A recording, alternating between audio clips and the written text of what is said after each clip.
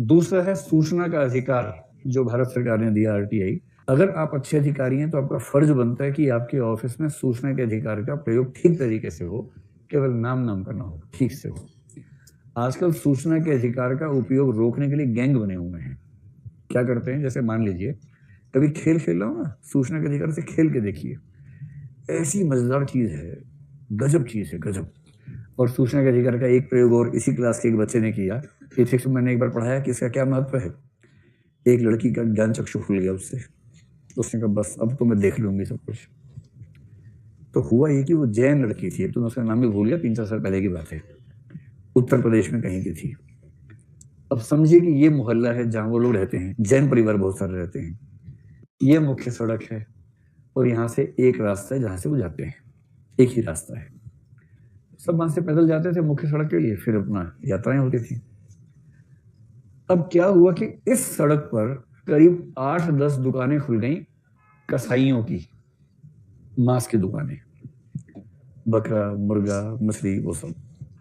अच्छा, बकरे की दुकान पे आपको बकरे टंगे हुए देखते हैं 5-6 यूनिफॉर्मिटी के साथ, तो देख के अच्छा लगता है, ठीक है, लेकिन उनके अंदर का मसाला भी रखा और नीचे थोड़ा खराब लगता है। अंतड़ियां पड़ी हैं, ये पंख पड़े हैं, तो मतलब ऐसे मुझे खराब लगता है। मैं शाकाहारी हूं ना, आपको हो सकता है मुंह पानी आता हो कि कितना अच्छा मांस है, मजा आ गया, अभी यहीं चाट लूं इसको, मैं ऐसा मन हो सकता है किसी का मन करता हो। जैसे हमें नहीं अच्छा लगता क्योंकि हम शाकाहारी हैं, हमें नहीं अच्छा लगता। वो जैन मोहल्ला था।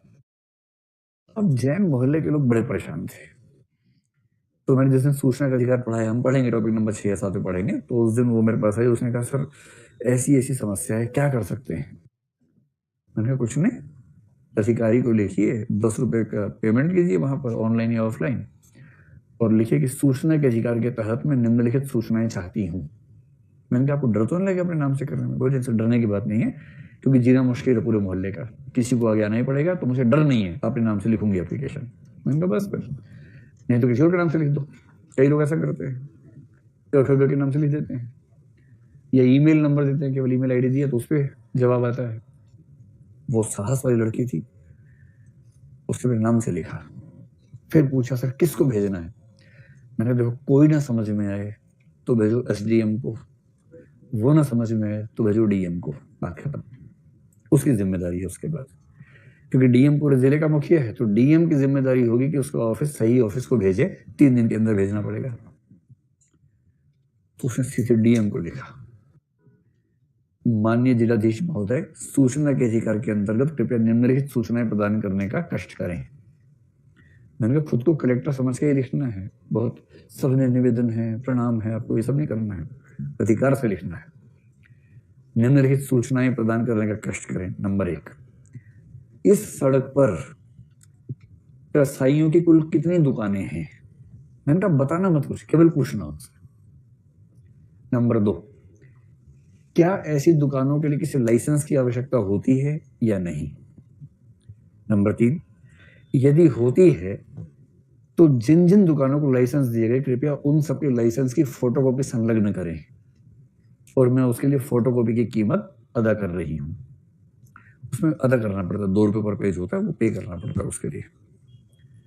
नंबर 4, यदि अनुमति नहीं दी गई है तो कृपया जांच करवाएं कि क्या कुछ दुकानें अवैध रूप से चल रही हैं, और यदि हाँ तो जो जांच आप करवाएंगे उसकी रिपोर्ट की प्रतिलिपि मुझे भिजवाएं। आपकी आज्ञाकारी कर खरगर।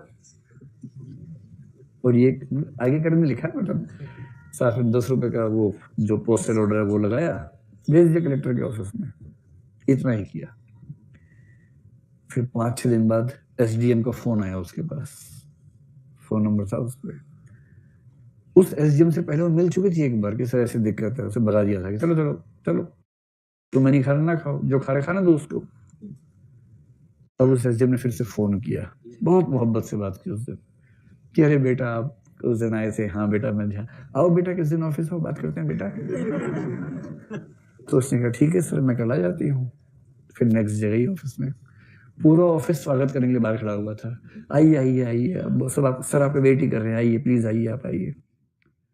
फिर सर कह रहे हैं कि अरे बेटा हमें तो पता ही नहीं था, हमने तो कल जांच की, 8-10 दुकान चल रही है वहां, तो हमें तो पता ही नहीं था। ऐसी दुकान चल सकती है किसी जिले में जो एसडीएम को ना पता हो, या पता भी और पत्ता भी आया था वहां से? सीरियसली बात है। और एसडीएम ने कहा कि बेटा क्या लोगे, चाय कॉफी क्या लोगे? तो उसको भी अच्छा लगा, बोली कॉफी मंगवा दीजिए, कोई बात नहीं। पी लेते, जब मिल रही है फ्री में कॉफी तो क्यों नहीं पियेंगे भाई, एसडीएम पिला रहे तो क्यों नहीं पियेंगे, पीनी चाहिए। फिर कि डीएम साहब का फोन आया था, मैं डीएम साहब से मिलने गया, बड़े नाराज हो रहे थे कि ये क्या हो रहा है इलाके में, इतना भी ध्यान नहीं रखते। तो बेटा आपसे एक निवेदन है, चिट्ठी वापस ले लो। तो इसको मैंने पहले कहा था, देखो चिट्ठी वापस लेने का दबाव आता है बहुत ज्यादा, वापस मत लेना वरना मामला खराब हो जाएगा। ये बोली कि सर वापस तो नहीं ले पाऊंगी चिट्ठी, मैंने तो कुछ पत्रकारों को बता रखा दिल्ली में, वो कह रहे थे कि अगर जवाब आ जाए और काम ना हो तो मुझे बताना, फिर मतलब देश के अखबार में छापेंगे। तो अब दबाव समझ रहे कितना हुआ। उसके बाद एसडीएम ने कहा बेटा अगर हम दुकानें बंद करवा दे तो, फिर इसने कहा तब मैं वापस ले सकती हूँ चिट्ठी, कोई दिक्कत नहीं है।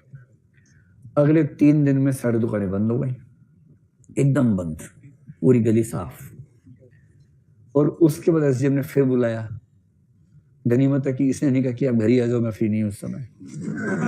आ ही जाता उस समय, क्या करता बेचारा, एक बड़ी तमीज से अदब से ये वहां गई और फिर उसने कहा देखो बेटा सब दुकानें बंद करवा दी हैं, देख लिया आपने? उसने कहा हाँ मैंने देख लिया।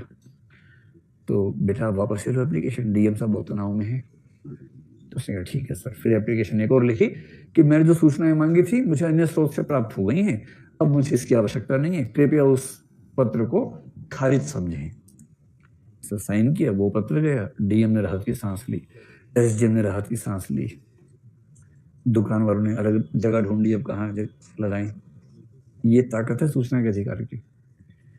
इसलिए अगर जनता के पास सूचनाएं हो पर्याप्त तो बहुत सारी गलत चीजें समाज में चल रही हैं वो अपने आप ठीक हो जाती हैं, ये विश्वास काम करता है।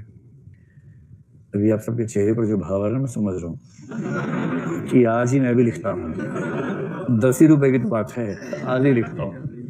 लेकिन सरकार भी तबाह हो चुकी है, सरकार ने अब इसका मैकेनिज्म निकाल लिए टालने के, तो सरकार टालती है किसी तरह से, घुमा फिरा के मैनेज करती है। तो जिसमें पेशेंस ठीक ठाक है वो तो अभी भी सरकार को तबाह कर सकता है, अगर पेशेंस कम है तो दिक्कत है।